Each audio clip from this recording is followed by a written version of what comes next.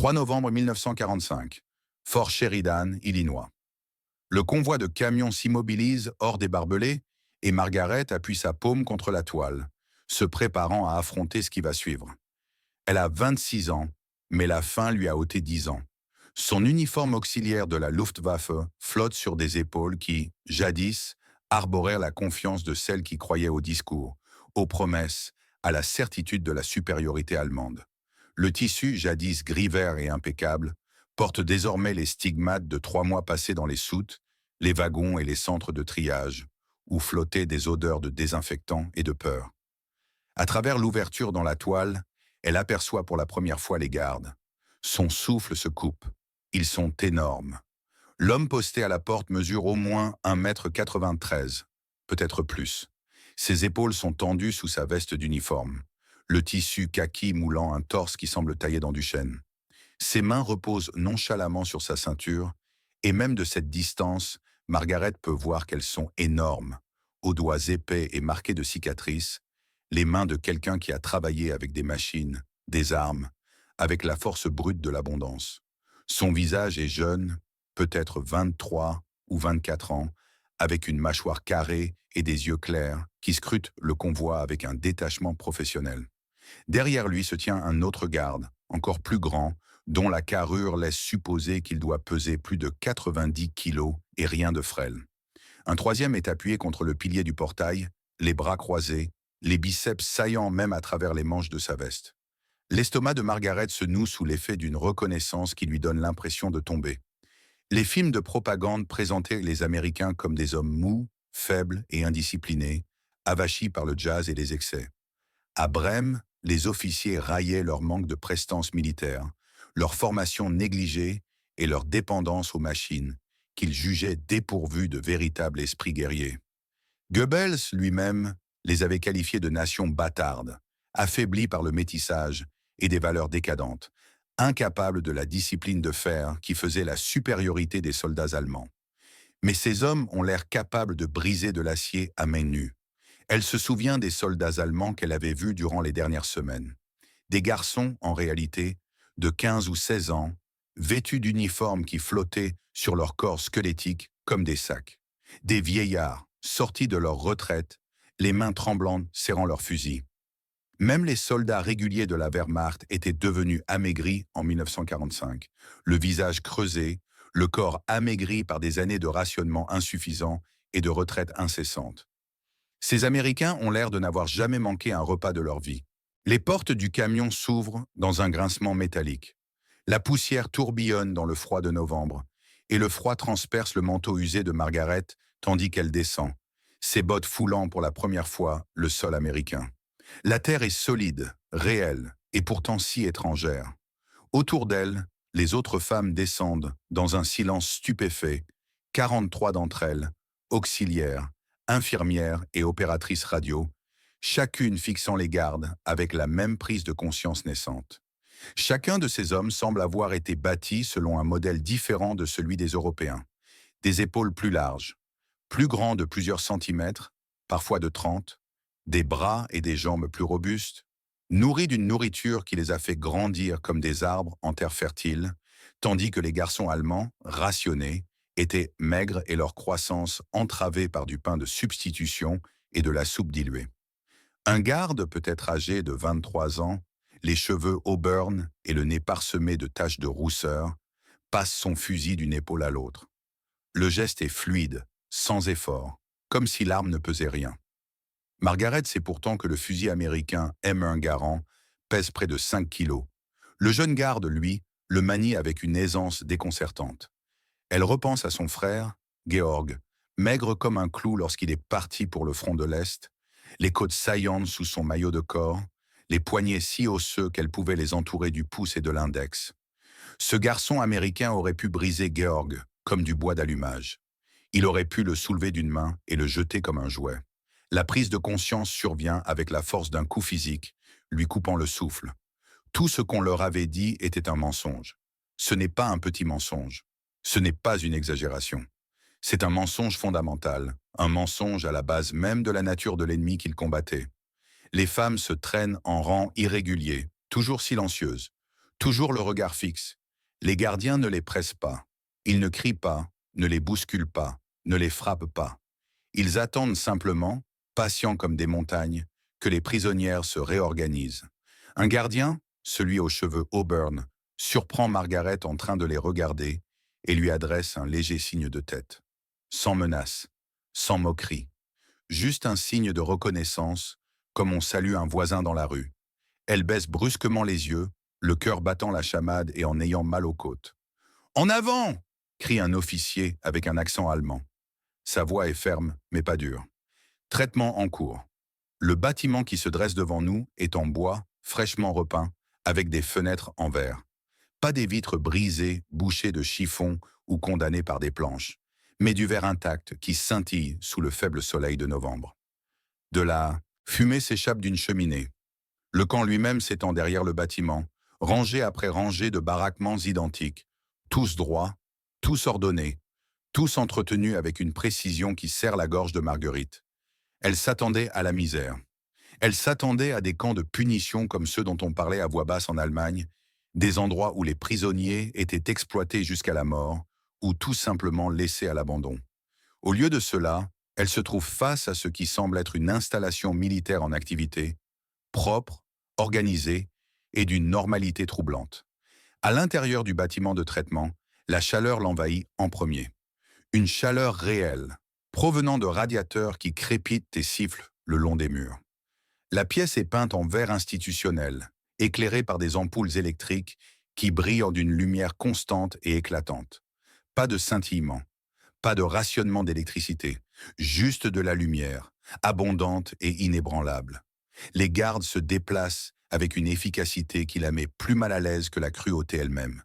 Ils ne crient pas, ils ne bousculent pas, ils se contentent de donner des instructions, leurs grandes mains désignant les portes, leur voix posée mais non agressive.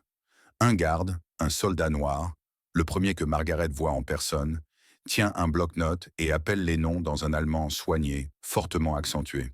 Sa prononciation est déplorable, mais il s'efforce, le front plissé par la concentration, tandis qu'il déchiffre les syllabes qui lui sont inconnues.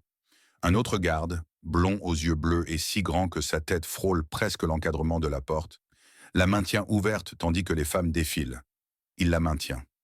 Debout là, son imposante stature bloquant le passage, il attend patiemment que la dernière femme soit passée avant de la refermer, comme s'ils étaient des invités, comme s'ils étaient des êtres humains.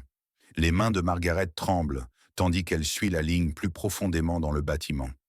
Vient ensuite le poste de désinfection, et avec lui, un autre choc qui frappe comme un coup de poing dans le sternum. La pièce est carrelée, blanche et propre, avec des caniveaux encastrés dans le sol et des pommeaux de douche étincelant le long d'un mur. Mais ce qui fige Margaret sur place, ce sont les infirmières qui attendent à l'intérieur. Ce ne sont pas les femmes hagardes et épuisées par la guerre qu'elle imaginait. Ce sont des Américaines grandes et robustes, au teint clair, aux mains fermes et au corps qui témoignent de 3 repas par jour, tous les jours, depuis toujours. L'une mesure environ 1,75 m, son uniforme blanc impeccable, ses cheveux noirs épinglés sous sa casquette avec une précision géométrique. Une autre, plus petite mais tout aussi forte, a les joues roses et des avant-bras musclés que l'on devine sous ses manches, retroussés.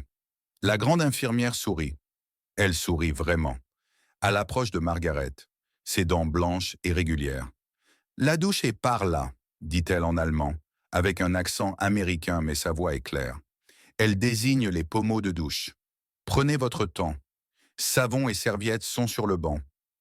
Prenez votre temps. » Cette phrase résonne dans le crâne de Margaret comme une pierre dans une boîte de conserve vide. En Allemagne, tout était synonyme de précipitation, de rapidité, de débrouillardise, d'économie.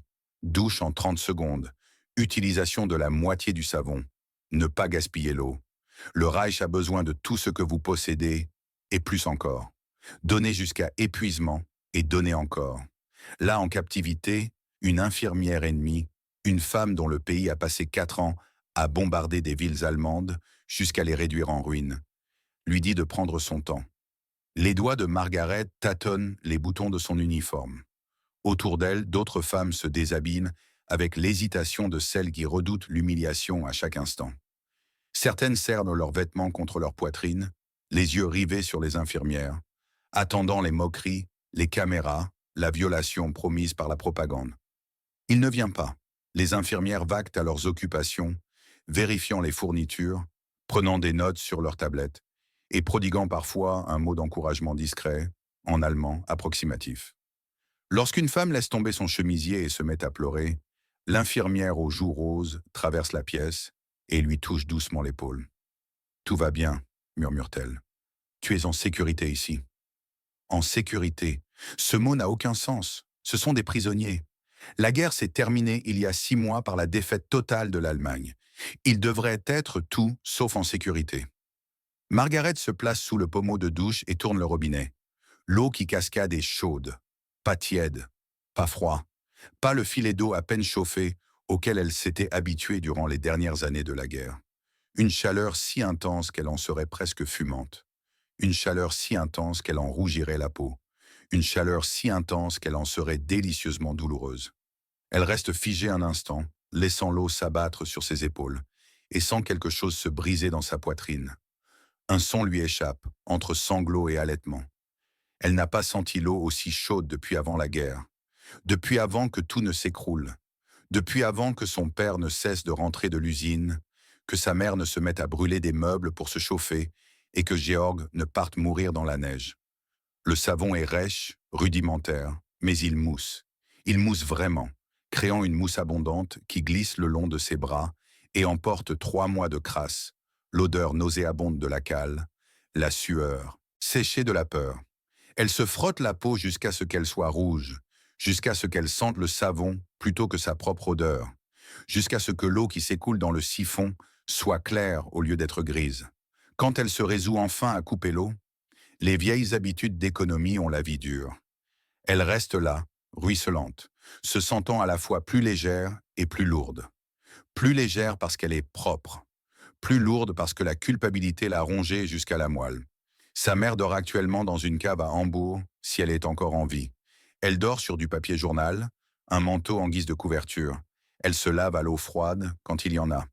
Elle mange des épluchures de pommes de terre bouillies jusqu'à obtenir une purée. Et voici Margaret, l'ennemie capturée, debout sous une douche chaude avec du savon qui mousse. Une infirmière lui tend une serviette. Elle est rêche, d'un gris institutionnel, mais propre et assez grande pour l'envelopper 2 fois. Une autre infirmière lui propose des vêtements pliés, des vêtements de prison, certes, marqués des lettres PWE en pochoir noir dans le dos, mais le tissu est en coton épais et résistant, avec toutes ses coutures intactes et tous ses boutons présents. Margaret s'habille lentement, les doigts maladroits, incapable de saisir la contradiction d'une telle attention. Le pantalon lui va à peu près bien. La chemise est trop grande, mais pas de façon absurde. Elle a même des chaussettes, d'épaisses canasses chaussettes de laine sans trou. Dans le miroir au-dessus des lavabos, un vrai miroir, pas un morceau de métal poli, elle aperçoit son reflet et se reconnaît à peine. Son visage est émacié, ses yeux trop grands, ses pommettes saillantes, mais ses cheveux sont propres. Sa peau est propre. Elle ressemble moins à un cadavre qu'il y a 1 heure. Les autres femmes émergent une à une, le visage rouge et l'air abasourdi, enveloppées dans leurs serviettes, serrant contre elles leurs vêtements neufs. Elles s'habillent en silence, accablées par le poids d'une dignité inattendue. Lorsqu'ils sortent du poste de désinfection, le froid de novembre les saisit à nouveau, mais cette fois, ils sont protégés par des tissus propres et la chaleur persistante de l'eau chaude. Un gardien leur fait signe de suivre un autre bâtiment, et ils le suivent, formant une file traînante de prisonniers propres qui tentent de comprendre ce qu'est cette captivité. Ce soir-là, après avoir été affectés au baraquement et avoir reçu des couchettes, de vraies couchettes avec des matelas, fins mais présents, pas des sommiers de paille ou des planches nues, les femmes chuchotent dans le noir. « Vous les avez vus ?» siffle quelqu'un de l'autre côté de la pièce. « Les gardes ? Comme des géants !» répond une autre voix. « Je n'ai jamais vu d'homme aussi grand. Celui qui était à la porte aurait pu nous porter tous les 2 sous les bras. »« Ils les nourrissent de viande !» dit Hilde depuis la couchette en dessous de celle de Margaret. Hilde a 40 ans, ancienne contremaîtresse dans une usine de radio, et sa voix porte la certitude imperturbable de quelqu'un qui énonce des faits. De la vraie viande, tous les jours, des œufs, du lait, c'est ce qui les rend si gros. Leurs corps n'ont jamais connu la faim. Un silence pesant s'installe dans la caserne, lourd du poids de cette vérité. Margaret est allongée sur le dos, les yeux rivés sur le plafond en bois, comptant les nœuds des planches. Le matelas sous elle est fin, garni de coton ou de crin de cheval, mais c'est un vrai matelas. L'oreiller est plat mais propre. La couverture est en laine, rêche contre son menton mais intacte, sans trou ni pièce. Elle imagine sa mère dormant sur des journaux dans une cave, un manteau en guise de couverture, faute de couvertures à Hambourg. Elle pense à Gorg s'il est encore en vie, mourant lentement dans un camp soviétique où les hommes mangent de l'écorce, de l'herbe et leurs propres cadavres. Et la voilà, la prisonnière ennemie, allongée sur un vrai lit avec une vraie couverture, la peau encore chaude après une douche chaude. La culpabilité est un poids physique qui lui serre la poitrine et l'empêche de respirer. Mais sous la culpabilité, s'éveillant comme après un long sommeil, se cache quelque chose de plus dangereux. Le premier murmure du doute sur tout ce en quoi elle avait été élevée. La première fissure dans les certitudes qu'il avait soutenues pendant 6 années de guerre. Si les Américains étaient assez forts pour créer des hommes comme des géants, assez nombreux pour gaspiller de l'eau chaude sur les prisonniers, assez organisés pour entretenir des camps qui ressemblaient plus à des bases militaires qu'à des cellules de punition, alors qu'est-ce qui n'était que mensonge? Elle ferme les yeux, mais le sommeil ne vient pas facilement. Dehors, elle entend la relève des gardes, leurs bottes crissant sur le gravier, leur voix basse et calme. Pas de cris, pas de hurlements, juste l'efficacité silencieuse d'hommes qui font leur travail. C'est plus terrifiant que ne l'aurait été la brutalité. Le lendemain matin, la cloche sonne à 6 heures. Le son est sec, mécanique, et résonne dans toute la cour. Les femmes se lèvent, tâtonnant dans l'obscurité de l'aube, et enfilent leurs uniformes de prisonnières. Leurs corps sont encore engourdis par l'étrange confort d'un vrai sommeil sur de vrais matelas. Dehors, le givre scintille sur l'herbe. L'air vif de novembre pique la peau exposée, et leur souffle forme de petits nuages de vapeur. Ils se mettent en rang pour l'appel, se tenant dans une position qui ressemble à l'attention, tandis qu'un sergent américain les compte avec une précision méthodique. Et puis vient l'odeur. Elle flotte au-dessus de la cour portée par la brise matinale, et la tête de chaque femme se tourne vers sa source comme des fleurs suivent le soleil. Du café, du vrai café, pas ce substitut à base de glands torréfiés qu'ils avalaient en silence depuis des années. Pain, cuisson, la chaleur levée, incomparable. Et autre chose, quelque chose qui fait flancher les genoux de Margaret et lui noue l'estomac d'une faim si intense qu'elle frôle la douleur. La viande qui frit, l'arde. Le mot surgit dans son esprit sans qu'elle l'ait cherché, lié à des souvenirs si lointains qu'ils semblent appartenir à une autre vie. Les dimanches matins d'avant la guerre, son père lisant le journal pendant que sa mère préparait le petit déjeuner, la cuisine chaude et embaumant le café, le porc et l'espoir. Le bacon avait disparu des magasins allemands en 1942. Dès 1943, même son souvenir commençait à s'estomper, remplacé par les navets et les pommes de terre, et par la pénurie incessante et accablante qui réduisait les repas à un simple combustible. Et ici, dans un camp de prisonniers ennemis, quelqu'un est en train de faire cuire du bacon. Les femmes se dirigent en traînant les pieds vers le réfectoire, leur formation se dispersant en une foule désorganisée à mesure que l'odeur s'intensifie. Margaret a l'eau à la bouche, si abondante que cela lui fait mal. Son estomac, atrophié par des mois de malnutrition, se contracte d'impatience. Le réfectoire est un long bâtiment en bois aux fenêtres courant de part et d'autre, laissant filtrer la faible lumière du matin. À l'intérieur, une douce chaleur enveloppe les convives. De longues tables s'alignent en rangées ordonnées, bordées de bancs. Des plateaux sont soigneusement empilés à l'entrée. Et au fond, derrière un comptoir, la vapeur s'échappe d'énormes marmites et casseroles. Mais ce qui arrête net chaque femme, ce qui les fige dans un tableau d'incrédulité, c'est la vue de la file d'attente pour le service. Derrière le comptoir se tiennent des gardes, ces Américains à la carrure impressionnante, vêtus de tabliers blancs par-dessus leurs uniformes, maniant spatules et louches métalliques avec l'aisance décontractée de cuisiniers chevronnés. L'un d'eux, le soldat noir de la veille, sourit en déversant une montagne d'œufs brouillés dans une assiette, la masse jaune fumante luisante de beurre. « Bonjour, mesdames !» lance-t-il en anglais, sa voix grave et rauque faisant vibrer la poitrine de Margaret. Un autre gardien, roux, couvert de taches de rousseur et aux bras aussi robustes que des troncs d'arbres, utilise des pinces métalliques pour déposer des tranches de bacon d'une immense plaque chauffante sur des assiettes.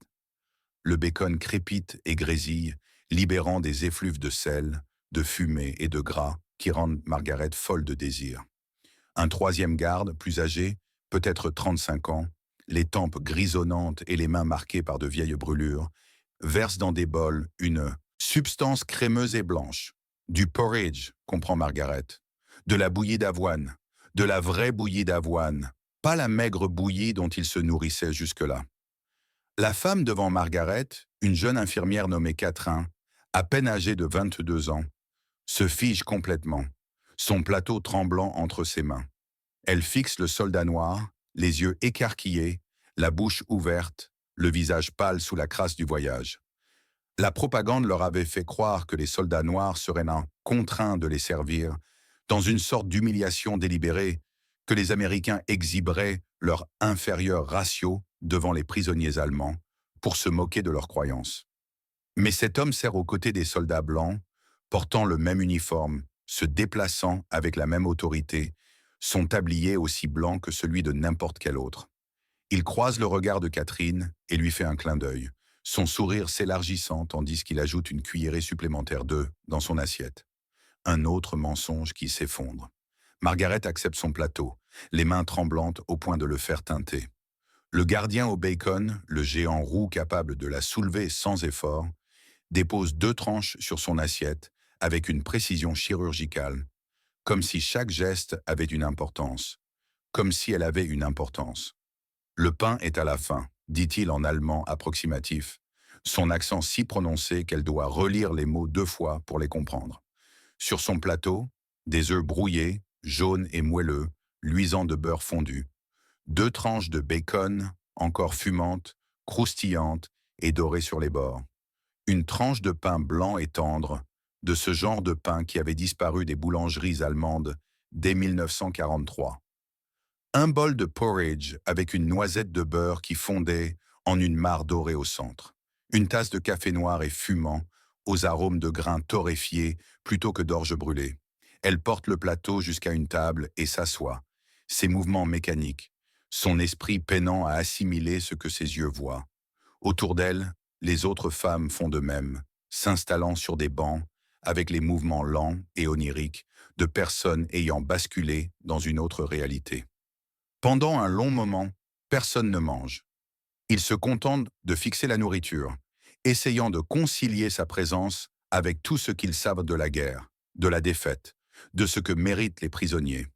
Hilde, assise en face de Margaret, saisit alors sa fourchette d'une main tremblante comme une feuille au vent. Elle pique un morceau d'œuf, le porte à sa bouche et mâche. Ses yeux se ferment. Des larmes ruissellent sur son visage buriné, traçant des sillons dans la crasse. « Gott » murmure-t-elle. « Gott, un mi-molle. » Le barrage cède. Les femmes commencent à manger, certaines lentement et avec respect, savourant chaque bouchée comme si c'était la dernière, d'autres désespérément, engloutissant la nourriture avec l'urgence frénétique de ceux qui ont appris que l'abondance ne dure jamais. Margaret coupe un morceau de bacon avec sa fourchette. Il est si croustillant qu'il se brise en 1000 morceaux et le porte à ses lèvres. L'odeur à elle seule est presque insupportable, une surcharge sensorielle qui lui donne le vertige. Elle mord. La saveur explose sur sa langue. Sel, gras, fumée, richesse, un goût si intense, si bouleversant, que tout son corps réagit. Ses yeux s'embuent, sa gorge se serre. Un rire ou un sanglot tente de s'échapper de sa poitrine. Elle mâche lentement, laissant le bacon fondre sur sa langue, laissant la graisse tapisser sa bouche, et goûte au souvenir. Le sourire de son père. Les dimanches matins où le monde avait un sens. Une époque où la faim n'était pas encore le bruit de fond constant de l'existence. Les œufs ont un goût de beurre et de crème, d'une richesse incroyable. Le pain est si moelleux qu'on peut l'écraser entre les doigts, si différent des pains denses et poussiéreux qu'on leur avait donnés en Allemagne, qu'on a du mal à le confondre avec le reste. Le porridge est crémeux et sucré, le beurre formant une belle couche dorée au centre. Elle mange tout. Elle ne peut s'en empêcher. Son corps, affamé depuis des mois, réclame chaque bouchée. Mais à chaque gorgée, la culpabilité s'intensifie, un poids physique s'installant dans son estomac en même temps que la nourriture. Sa mère mange des épluchures de pommes de terre, si elle mange encore. Gorg, s'il est encore en vie, se bat avec d'autres prisonniers pour des miettes de pain moisi. À Hambourg, des enfants mendient du charbon pour se chauffer, le ventre gonflé par la faim. Et elle mange du bacon préparé par des soldats ennemis qui pourraient lui écraser le crâne d'une seule main, mais qui, au lieu de cela, lui servent son petit déjeuner avec une sorte de soin. Autour d'elle, des femmes pleurent à présent ouvertement, les larmes coulant à flots tandis qu'elles mangent. Certaines rient entre deux bouchées, un rire aigu et fragile. D'autres mâchent en silence, le visage figé par le choc. Une femme, une opératrice radio nommée Greta, âgée de 24 ans, aux joues creuses et aux yeux marqués par la vie, repousse son plateau après 3 bouchées et enfouit son visage dans ses mains. « Je n'y arrive pas », sanglote-t-elle. « Je ne peux pas manger ça. Ma sœur meurt de faim à Berlin. Ma sœur a 2 enfants et rien à manger. Et moi, je mange du bacon. » Personne ne cherche à la réconforter. Il n'y a pas de réconfort pour ce genre de culpabilité. Mais au bout d'un moment, Hilde tend le bras par-dessus la table et fait glisser le plateau de Greta vers elle. « Ta sœur voudrait que tu manges, » dit-elle doucement. « Ta sœur voudrait que tu vives. » Greta fixe la nourriture du regard, la poitrine secouée par des sanglots, étouffée. Puis lentement, elle reprend sa fourchette et recommence à manger, chaque bouchée lui semblant lui coûter quelque chose de vital. Au fond de la salle, les gardes observent la scène, leurs expressions indéchiffrables pour Margaret. Ni jubilatoire, ni triomphante. Juste, attentive. L'un d'eux, le plus âgé, aux mains balafrées, adresse quelques mots en anglais au soldat noir, qui hoche la tête et remplit à nouveau le bol de gruau. Il veille à ce qu'il y ait assez de nourriture. Il s'assure qu'aucun prisonnier ne souffre de la faim. Cette contradiction donne le tournis à Margaret. Après le petit déjeuner, une fois leurs assiettes vidées et leur café terminé, les femmes sont conduites dans une salle de réunion. C'est un autre bâtiment en bois, chauffé par un poêle à bois dont les flammes contenues rougeoient. Des chaises sont disposées en rangées et les femmes s'assoient, encore hébétées, encore sous le choc d'avoir l'estomac plein. Un officier américain entre. Il a peut-être une 40aine d'années, les cheveux poivre et sel et un visage buriné par les années. Son uniforme est impeccable, ses bottes cirées, son allure précise mais non agressive. Il se tient au fond de la salle, les mains jointes dans le dos, et attend le silence. Lorsqu'il parle, son allemand est fluide, avec un léger accent seulement. « Je suis le capitaine Miller », commence-t-il. « Vous êtes prisonnier de guerre, détenu en vertu des conventions de Genève. Vous serez traité conformément à ces conventions. Vous serez nourri, logé et soigné. Vous ne subirez aucun mauvais traitement, ni coup, ni humiliation. Des tâches vous seront confiées en fonction de vos compétences et de vos aptitudes. Vous serez rémunéré en bon d'échange du camp. » Il marque une pause, laissant la traductrice, une Américaine d'origine allemande qui parle parfaitement les 2 langues, répéter ces mots pour ceux qui ont eu du mal avec son accent. « J'attends de vous discipline et coopération, poursuit-il. En retour, vous serez traité avec la dignité due aux prisonniers de guerre. Si vous avez des réclamations, vous pouvez les déposer. Si vous êtes malade, vous avez accès à un service médical. Si vous avez besoin de quoi que ce soit, dans la limite du raisonnable, vous pouvez en faire la demande. » Margaret écoute, mais les mots lui paraissent irréels, déconnectés de toute réalité qu'elle connaît. Des prisonniers respectés, des plaintes entendues, des soins médicaux gratuits. On dirait un conte de fées. L'expression du capitaine Miller s'adoucit légèrement. « Je sais que beaucoup d'entre vous s'attendaient à autre chose. Je sais ce qu'on vous a dit sur l'Amérique, sur les Américains.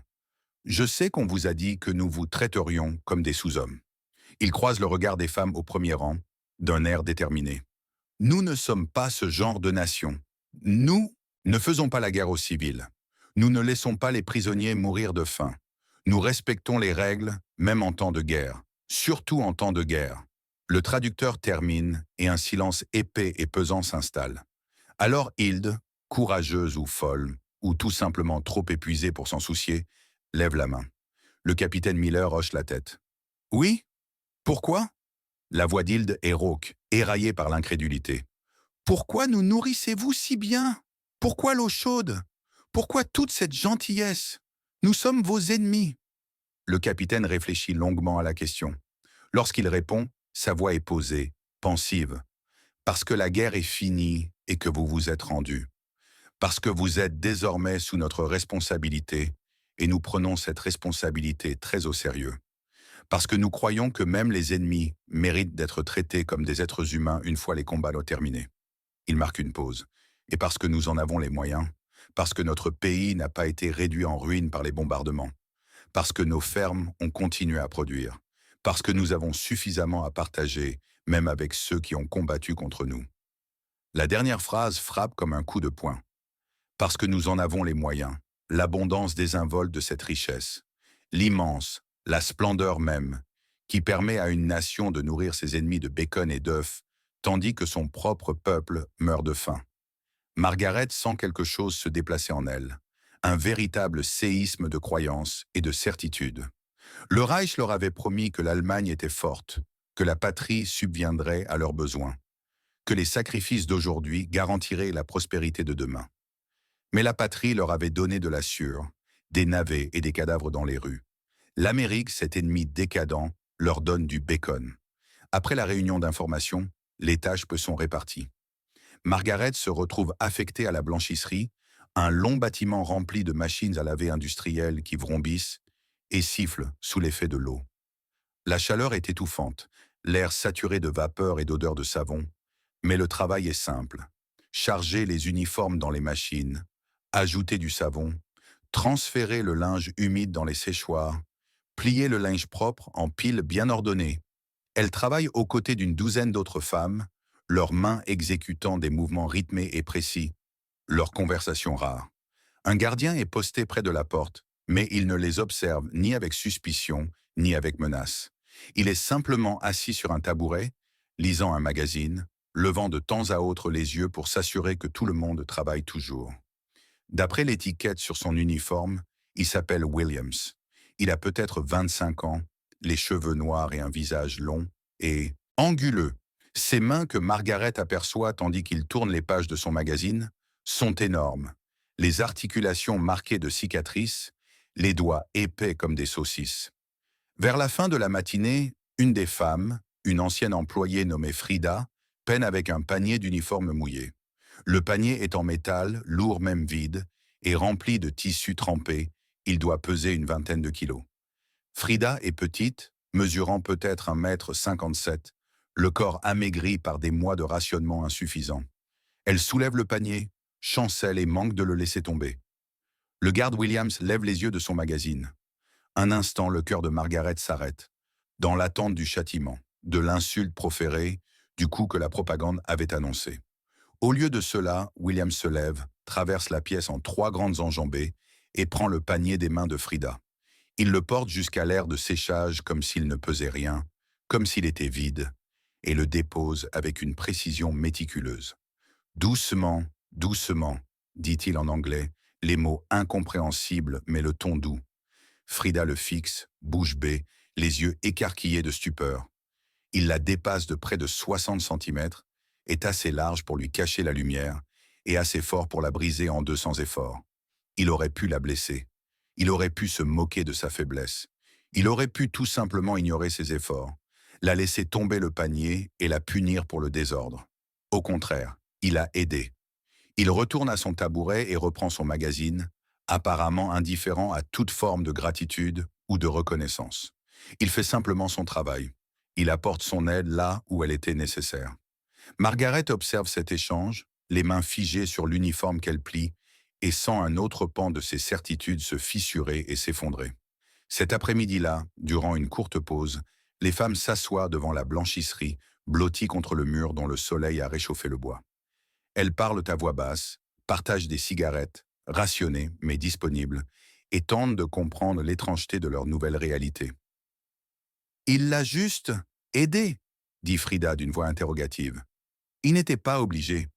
Il aurait pu me laisser porter le fardeau moi-même ou me punir pour ma faiblesse. »« Elles sont toutes comme ça, » dit une autre femme. « Ce matin, à la cantine, j'ai fait tomber ma cuillère, et l'une d'elles l'a ramassée et me l'a rendue, sans hésiter. Les infirmières parlent allemand, ajoute Catherine. Du vrai allemand, pas des bribes de phrases. Elles l'ont appris pour communiquer avec nous. Hilde tire sur sa cigarette, la braise rougeoyante. C'est une stratégie, dit-elle d'un ton neutre.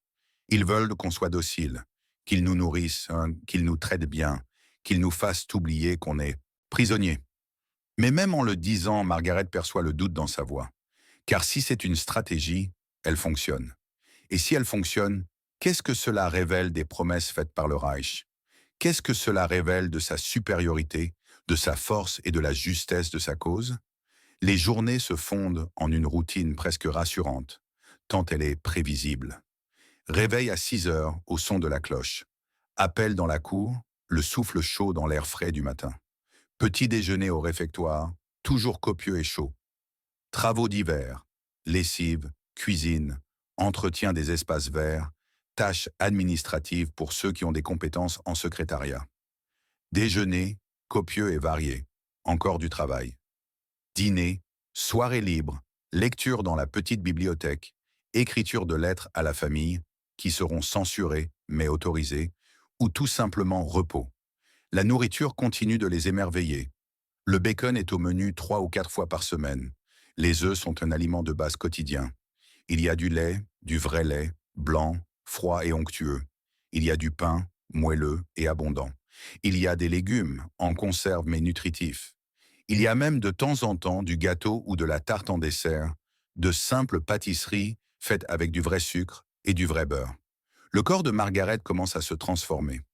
Au bout de 2 semaines, son visage est moins émacié. Au bout d'un mois, elle constate la différence dans le miroir. Ses joues sont plus rebondies, ses yeux moins cernés, ses cheveux ont retrouvé un peu de leur éclat. Ses vêtements, trop grands à son arrivée, commencent à lui aller parfaitement. Elle est en train de se reconstruire grâce à l'abondance américaine, son corps réagissant à l'apport constant de calories et de nutriments par une avidité désespérée qui la couvre de honte tout en la sauvant.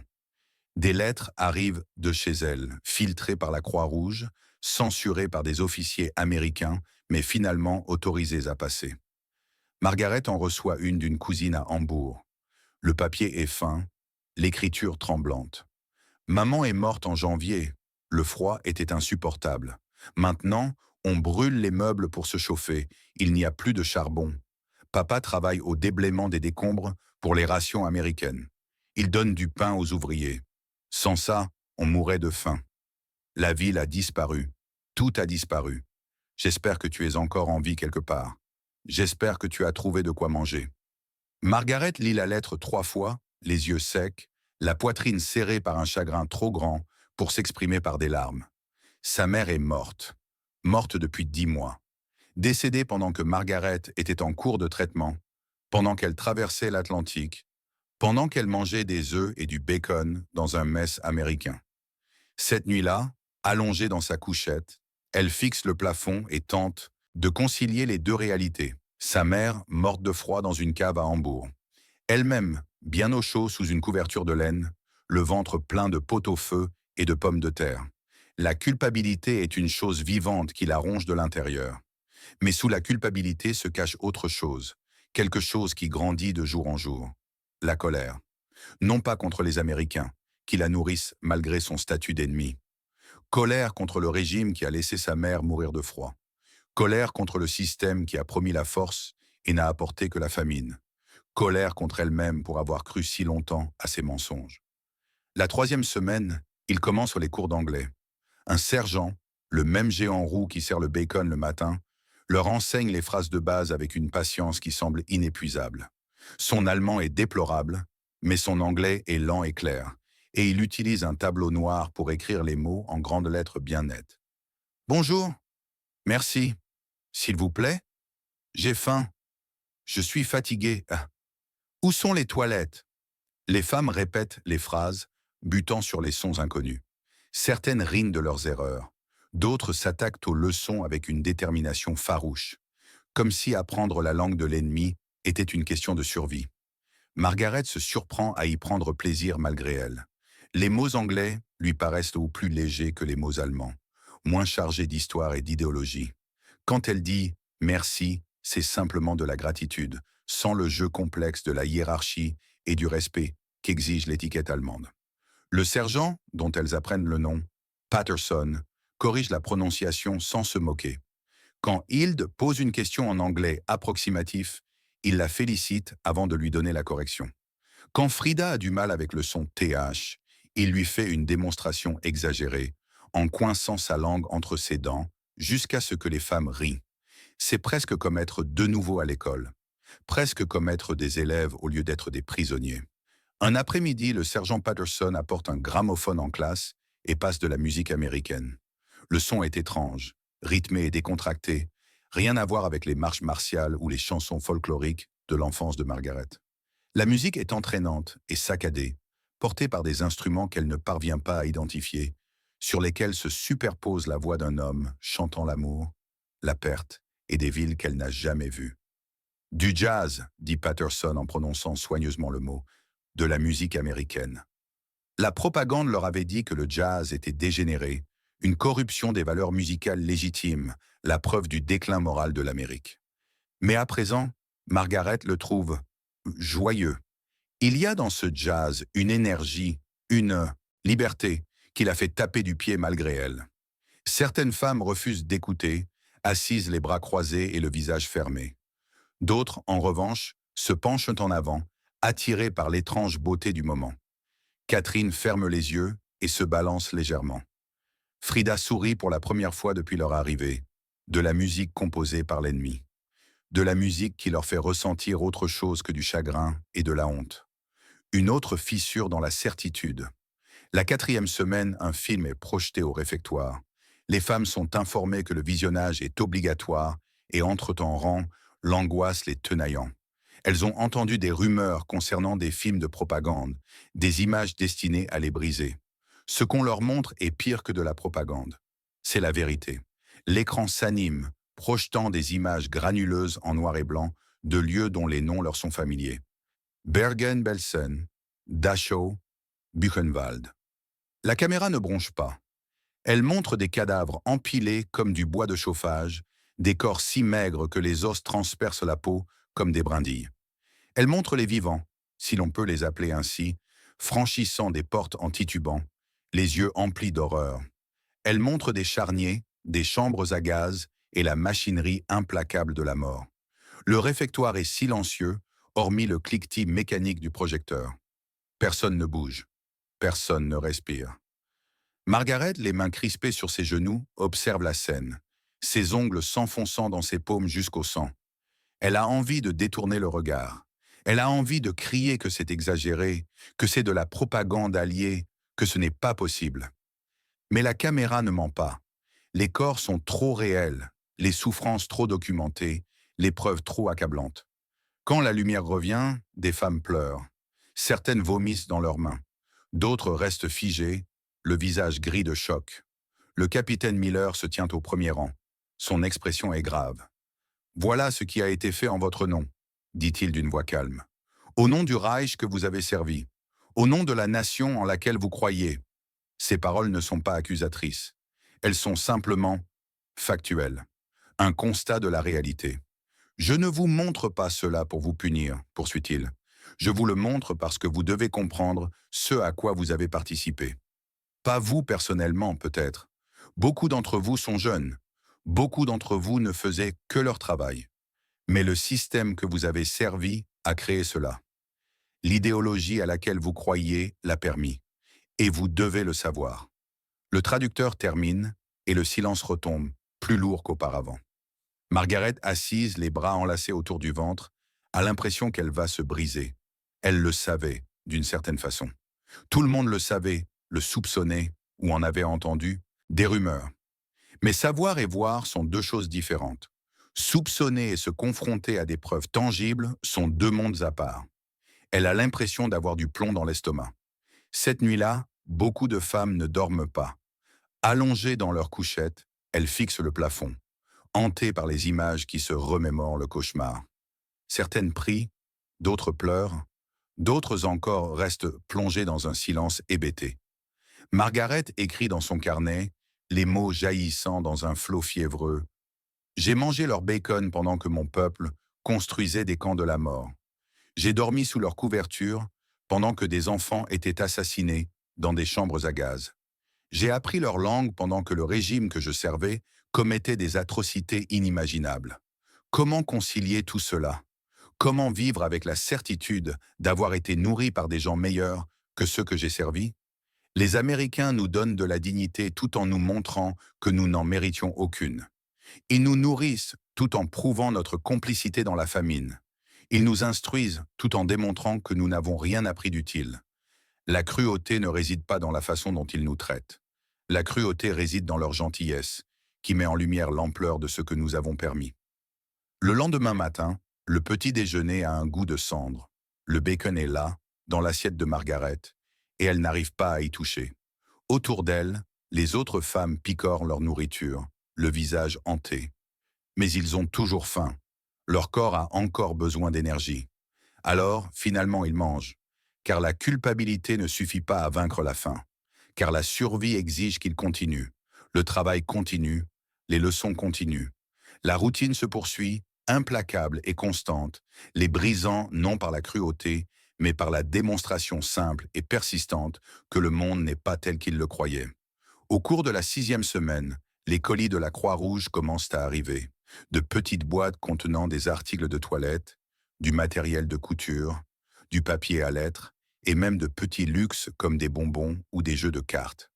Les femmes les reçoivent d'une main tremblante, ces dons d'une organisation internationale qui, d'une manière ou d'une autre, se soucie de savoir si les prisonnières ont du savon et du sucre. Margaret trouve une tablette de chocolat dans son colis.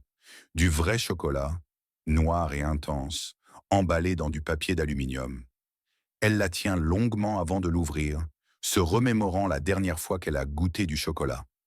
En 1942, un petit morceau que son père avait conservé d'avant-guerre et qu'il lui avait offert pour son anniversaire. Elle casse la barre en carré et la partage avec les femmes de sa caserne. Elle la mange lentement, avec déférence, la laissant fondre sur leur langue. La douceur est presque douloureuse, une explosion de saveur après des années de nourriture fade et insipide. Mon fils adorait le chocolat, dit Hilde d'une voix rauque. Il est mort à Stalingrad. Il avait 19 ans. Personne ne répond. Il n'existe pas de mots assez forts pour exprimer une telle perte. Mais ils finissent le chocolat, car le gaspillage serait un péché en soi. Et cette nuit-là, Margaret reste éveillée, pensant au fils d'Hilde, à Gorg, à tous ces jeunes Allemands morts en croyant se battre pour une cause juste, une cause qui valait le sacrifice. Ils sont morts pour un mensonge. Ils sont morts pour que des officiers puissent construire des camps de la mort et que des dirigeants puissent poursuivre leur conquête. Ils sont morts pour une idéologie qui s'est effondrée au contact de la réalité. Et les Américains, l'ennemi que ces garçons étaient censés haïr, nourrissent maintenant leurs sœurs et leurs mères et leur donnent du chocolat. La contradiction est insupportable. Au cours de la 7e semaine, certaines femmes sont affectées à des travaux extérieurs au camp. Elles montent à bord de camions sous escorte et sont conduites vers des fermes voisines où l'on recherche de la main-d'œuvre pour les récoltes. La rémunération est minime, des bons du camp, pas de l'argent, mais ce travail leur permet de sortir du camp et de découvrir le monde au-delà des barbelés. Margaret se porte volontaire, désespérée de voir le moindre changement dans sa routine. La ferme où ils sont conduits est immense, avec des champs à perte de vue et une maison digne d'un conte de fées, bardage blanc, volets verts, véranda avec chaise à bascule. Le fermier est un homme d'une 50aine d'années, buriné et robuste, avec des mains calleuses et un regard qui les observe sans hostilité apparente. Elles travailleront à la récolte des pommes de terre, dit-il au garde en anglais. 3 rangées par femme, tarif standard. Le garde traduit en allemand. Et les femmes acquiescent, ramassent des sacs de jute et suivent le fermier dans le champ. Le travail est dur, physique, exigeant. Au bout d'une heure, Margaret a mal au dos. Ses mains sont couvertes d'ampoules. Le soleil tape fort malgré la fraîcheur automnale. Mais il y a quelque chose de presque thérapeutique, quelque chose de purifiant, dans le simple fait de déterrer des pommes de terre et de les mettre dans des sacs. Vers midi, la femme du fermier sort de la maison, un panier à la main. C'est une femme rondelette aux cheveux gris et au visage doux, vêtue d'un tablier couvert de farine. Déjeuner, annonce-t-elle en allemand avec un accent. Le panier contient des sandwichs, d'épaisses tranches de pain garnies de jambon et de fromage, du vrai jambon, du vrai fromage, et des pommes rouges et croquantes. Il y a aussi un thermos de limonade, acidulé et sucré. Les femmes les fixent du regard. Yarlelom. Femme du fermier pose le panier sur le haillon d'un camion et fait un geste. Mange. Tu travailles dur. Tu as besoin de manger. Ils mangent, et les sandwichs ont un goût d'absolution immérité. Les pommes croquent sous leurs dents, leur jus coulant sur leur menton. La limonade est fraîche et parfaite. Lorsque Margaret a terminé, elle se retrouve face à face avec la femme du fermier, qui ramasse les tasses vides. Merci, dit Margaret dans un anglais hésitant, une des phrases que le sergent Patterson leur avait apprises. La femme sourit. De rien, ma chère. Chérie. Ce surnom affectueux tombe comme une pierre sur une eau calme, provoquant des remous dans la conscience de Margaret. Cette Américaine, dont le fils a peut-être péri au combat contre les Allemands, l'appelle chérie. Elle lui prépare des sandwichs au jambon. Elle est d'une gentillesse naturelle. Ce soir-là, sur le chemin du retour au camp en camion, Frida exprime tout haut ce que tout le monde pense. Ils ne sont pas comme on nous l'avait dit. Rien de tout cela ne correspond à ce qu'on nous avait dit. Non, acquiesce Hilde à voix basse. Ce n'est pas le cas. À la 8e semaine, les changements sont visibles chez tous. Leurs visages se sont remplis, leurs corps se sont fortifiés, leurs cheveux brillent. Les morts vivants arrivés en novembre paraissent désormais presque guéris, ramenés à la vie par la générosité de l'ennemi. Mais les changements intérieurs sont plus profonds. Les certitudes qu'ils emportaient en captivité se sont érodées comme des châteaux de sable sous l'effet de la marée. La propagande qui a façonné leur vision du monde s'est révélée vaine. Et là où régnait autrefois la conviction, il ne reste plus que confusion, honte et un besoin désespéré de comprendre. Un soir, Margaret est assise à la bibliothèque, une petite pièce attenante à la salle de loisirs, remplie de livres en anglais et en allemand. Elle lit Steinbeck, traduit en allemand, un roman sur des fermiers américains en période de disette. Ce livre était interdit en Allemagne, la littérature américaine étant considérée comme dégénérée. Mais ici, il trône sur une étagère, à la disposition de tous. Elle est absorbée par l'histoire lorsque le sergent Patterson entre, sa silhouette massive remplissant l'embrasure de la porte. « Un bon livre » demande-t-il en anglais. Margaret lève les yeux, surprise. « Oui » répond-elle en anglais hésitant. « Très bien. » Il sourit, et elle remarque pour la première fois que son sourire est authentique, qu'il illumine son regard, et non pas ce sourire narquois et prédateur que la propagande promettait aux Américains. Steinbeck est l'un des meilleurs, dit-il en passant à son allemand approximatif. Il montre les moments difficiles, mais aussi l'espoir. Elle hoche la tête, n'osant pas parler. Il s'attarde un instant, puis ajoute « La bibliothèque recevra de nouveaux livres la semaine prochaine. Davantage de livres allemands. Si vous souhaitez faire une demande, vous pouvez l'écrire. Les prisonniers sont autorisés à demander des livres. » L'idée est tellement saugrenue que Margaret manque d'en rire. Elle répond plutôt « Merci, sergent ». Il hoche la tête et s'en va, ses bottes résonnant lourdement sur le plancher de bois. Margaret reprend sa lecture, mais les mots se confondent. Elle pense au sergent Patterson, à sa stature, à sa force, à la facilité avec laquelle il pourrait la blesser, et au fait qu'il ne l'a jamais fait. À ces matins où il sert du bacon, ces après-midi où il enseigne l'anglais, et ces soirées où il conseille des livres. Ce n'est pas un monstre. Aucun d'eux ne l'est. Ce sont juste des hommes qui font leur travail, qui suivent des ordres qui consistent notamment à traiter les prisonniers avec dignité. Les ordres du Reich comprenaient la construction de camps de la mort. Le contraste est un gouffre qu'elle ne sait pas comment franchir. Durant la 9e semaine, Noël approche. Les femmes n'attendent rien, les prisonnières ne méritent pas Noël. Mais les Américains ont d'autres projets. Le 24 décembre, le réfectoire est décoré de branches de sapin et d'étoiles en papier. Un sapin orné de pop-corn et de guirlandes trône dans un coin. L'air est embaumé d'une délicieuse odeur de viande rôtie. Pour le dîner, on leur sert de la dinde avec tous les accompagnements. Purée de pommes de terre nappées de sauce, compote d'érelles, haricots verts, petits pains beurrés et tarte à la citrouille en dessert. Un festin, absurde par son abondance, inconcevable avec l'idée de captivité. Après le dîner, le capitaine Miller se lève et prend la parole, son allemand étant formel mais chaleureux. Nous célébrons Noël comme un moment de paix, de bienveillance et d'espoir en des jours meilleurs. Vous êtes loin de chez vous.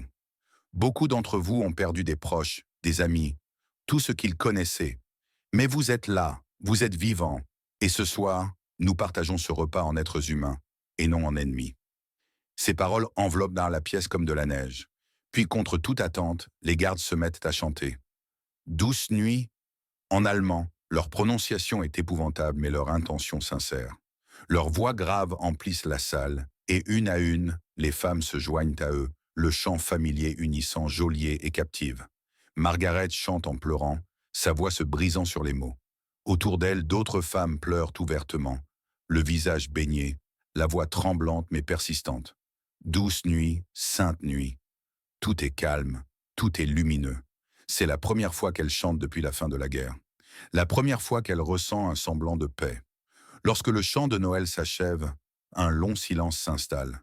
Puis quelqu'un entame un autre chant, puis un autre. Et la soirée se transforme en un concert de chants de Noël, mêlant allemand et anglais, les voix s'unissant malgré la barrière de la langue. Cette nuit-là, allongée dans sa couchette, le ventre plein et les oreilles encore bercées par la musique, Margaret écrit dans son carnet « Ils nous ont offert Noël. Ils nous ont offert la dinde, des chants et le cadeau d'être traités comme des êtres humains. Je ne sais pas comment gérer cela. Je ne sais pas comment porter le poids de leur bonté face à la conscience de ce que ma nation a fait. Mais je sais une chose, je n'oublierai jamais. Je garderai en mémoire le goût du bacon américain et le son des gardes chantant Douce nuit pour le restant de mes jours. Et je devrais trouver un moyen de vivre avec la culpabilité et la gratitude. » L'hiver passe lentement. Les femmes travaillent, étudient, mangent, dorment.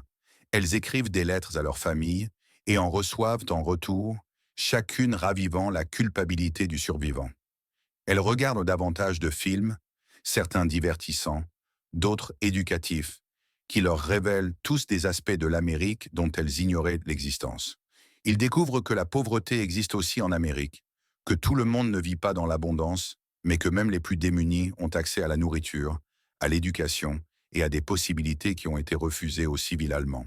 Ils découvrent la démocratie, les élections et le principe d'un gouvernement fondé sur le consentement plutôt que sur la force.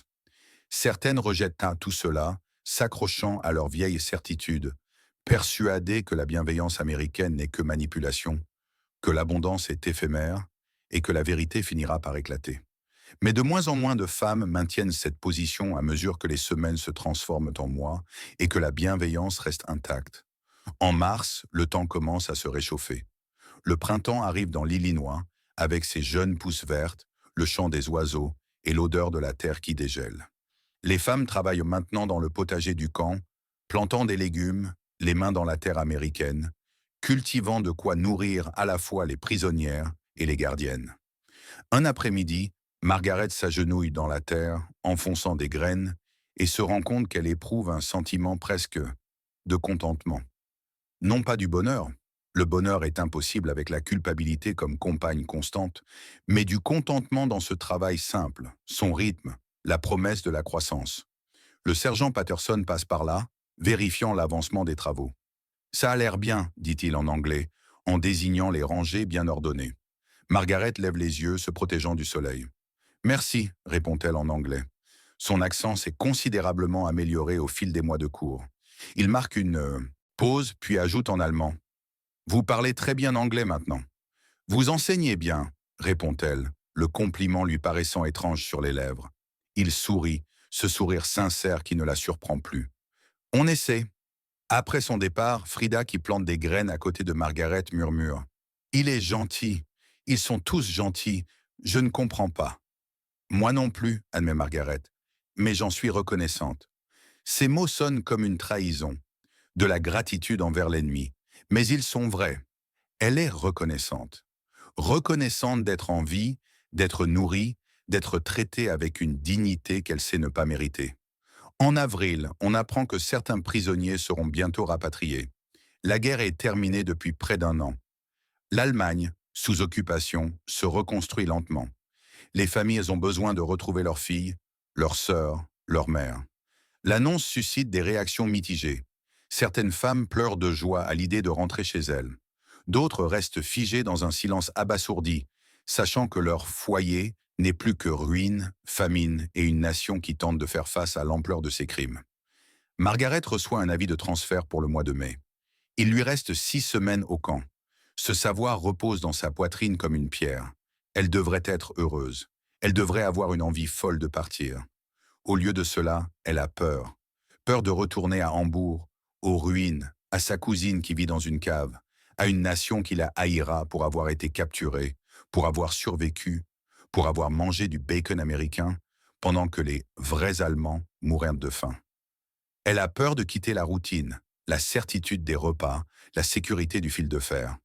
Cette prise de conscience l'horrifie. Elle a peur de quitter sa prison. Durant ces dernières semaines, Margaret s'efforce de tout mémoriser. L'odeur du café le matin, le son de l'horrible accent allemand du sergent Patterson, le poids d'une assiette pleine, la chaleur de l'eau chaude, le goût du bacon. Elle veut emporter tout cela avec elle, cet étrange chapitre de sa vie où l'ennemi s'est montré plus clément que son propre peuple. Le dernier jour, après son dernier petit déjeuner, œufs et bacon, toujours œufs et bacon. Le capitaine Miller l'appelle à son bureau. Elle se tient au garde à vous, ses vieilles habitudes refaisant surface, son cœur battant la chamade sous l'effet de la nervosité. Il désigne une chaise du doigt. « Asseyez-vous, s'il vous plaît. » Elle est assise. Il fait glisser un papier sur le bureau. C'est son formulaire de libération, signé et tamponné, preuve officielle qu'elle a été détenue et qu'elle est maintenant libérée. « Tu rentres chez toi, dit-il en allemand. À Hambourg. »« Oui, monsieur. »« Ce ne sera pas facile, poursuit-il. La situation en Allemagne est difficile en ce moment. Il y a de la nourriture, mais pas assez. Des logements, mais pas assez. Du travail, mais pas assez. Votre séjour ici suscitera des soupçons. On vous posera des questions auxquelles vous ne voudrez peut-être pas répondre. » Margaret hoche la tête, la gorge serrée. Le capitaine Miller se penche en arrière sur sa chaise. « Mais vous êtes forte, plus forte que vous ne le pensez. Et vous avez appris des choses ici, sur l'Amérique, certes, mais aussi sur vous-même. N'oubliez pas ces leçons. »« Je ne le ferai pas, monsieur. » Il l'observe un instant, puis sort un petit paquet du tiroir de son bureau. C'est de la part du personnel. Tout le monde a participé. Elle l'ouvre d'une main tremblante. À l'intérieur, un savon, un carnet, des crayons, une tablette de chocolat et un petit drapeau américain. Elle fixe les objets du regard. Sa vision se trouble. « Ce drapeau est symbolique, » dit calmement le capitaine Miller. « Non pas que nous voulions que vous soyez américain, mais pour que vous vous souveniez qu'il existe différentes manières d'être fort, différentes formes de pouvoir. Nous espérons que vous retiendrez cette leçon. » Margaret ne peut pas parler. Elle ne peut que hocher la tête. « Bonne chance, mademoiselle Schneider, » dit-il en se levant et en lui tendant la main. Elle le prend, sa poigne ferme mais douce, et elle ressent le poids de tout ce qui n'a pas été dit entre eux. Le lendemain matin, elle monte à bord d'un camion avec une vingtaine d'autres femmes. Elles sont conduites dans un centre de tri, reçoivent des vêtements neufs, simples, civils, donnés, et embarquent dans un train en direction de l'Est. Alors que le train s'éloigne de Fort Sheridan, Margaret colle son visage à la vitre, observant le camp s'éloigner. Les baraquements, le réfectoire, la buanderie où le garde Williams avait aidé Frida avec le panier, la bibliothèque, le jardin qu'elle avait aidé à planter. Elle disparaît, et avec elle, la période la plus étrange, la plus déroutante et la plus transformatrice de sa vie. La traversée de l'Atlantique dure 3 semaines, le navire est bondé de rapatriés, tous partagés entre l'impatience et l'appréhension. Ils arrivent à Bremerhaven début juin 1946. L'Allemagne est pire que ce que Margaret avait imaginé. Les villes sont squelettiques, les gens errent comme des fantômes dans les rues jonchées de décombres. Des enfants mendiant de la nourriture. Les forces d'occupation, américaines, britanniques, françaises, soviétiques. Patrouilles, armes au poing, maintenant l'ordre dans un pays qui a oublié comment se gouverner. Margaret se rend à Hambourg en train, un voyage qui dure plusieurs jours à travers un paysage dévasté. Lorsqu'elle atteint enfin la cave de son cousin, elle le trouve amaigri, les yeux cernés, à peine reconnaissable. Il la regarde avec suspicion. « Tu as l'air bien nourri. » Elle ne peut le nier. Comparée à lui, elle est robuste, en bonne santé, et visiblement mieux nourrie. J'étais dans un camp américain, dit-elle doucement. Son expression se durcit. Ils t'ont nourri. Oui. Pendant que nous mourions de faim. Oui. La culpabilité la submerge à nouveau, vive et aiguë. Elle voudrait s'expliquer, lui parler de sa gentillesse, du sergent Patterson et du capitaine Miller, des leçons, des livres et de la dinde de Noël. Mais les mots restent coincés dans sa gorge. Comment peut-elle lui expliquer que l'ennemi l'a mieux traité que sa propre nation? Comment peut-elle lui faire comprendre qu'elle est reconnaissante envers les Américains, alors que sa mère, sa tante, est morte de froid dans cette même cave? Elle ne peut pas. Alors elle n'essaie pas. Au lieu de cela, elle sort le chocolat de son sac et le lui tend. Il le prend d'une main tremblante, le fixe du regard comme s'il était sacré, puis le brise et le mange, les larmes ruisselant sur son visage. Cette nuit-là, allongée sur une palette de chiffon dans la cave, Margaret ouvre son carnet et écrit à la lueur d'une bougie: Je suis chez moi, mais je n'y ai plus ma place. L'Amérique que j'ai connue comme ennemie est devenue plus réelle pour moi que l'Allemagne que j'ai connue comme ma patrie. Je garde en mémoire le goût du bacon, plus doux que tout patriotisme que j'ai pu éprouver. J'en ai honte. J'en suis reconnaissant. Je suis anéanti par cette contradiction. Mais je porterai en moi cette certitude, que l'ennemi a été plus clément que nous ne le méritions, que l'abondance existe dans le monde même quand la faim nous tenaille, que l'humanité peut survivre même en captivité. Je garderai en mémoire ces hommes qui ont dépassé nos espérances, par leur force physique et leur courage, et je passerai le reste de ma vie à tenter de concilier ce que j'ai appris aux mains des Américains avec ce à quoi je dois désormais faire face sur le sol allemand. Elle referme son carnet et éteint la bougie, restant allongée dans le noir à penser aux douches chaudes, aux assiettes bien garnies, et à la voix du sergent Patterson chantant «Douce nuit» avec son terrible accent allemand. La guerre est finie, elle a survécu, mais la véritable bataille, celle pour le sens, la rédemption et la compréhension, ne fait que commencer. Et dans les ruines de Hambourg, avec le goût du chocolat américain sur la langue et le souvenir de la bienveillance ennemie dans le cœur, Margaret Schneider entame le long et douloureux travail d'apprentissage de la vie dans un monde où rien n'est aussi simple qu'on le lui avait appris.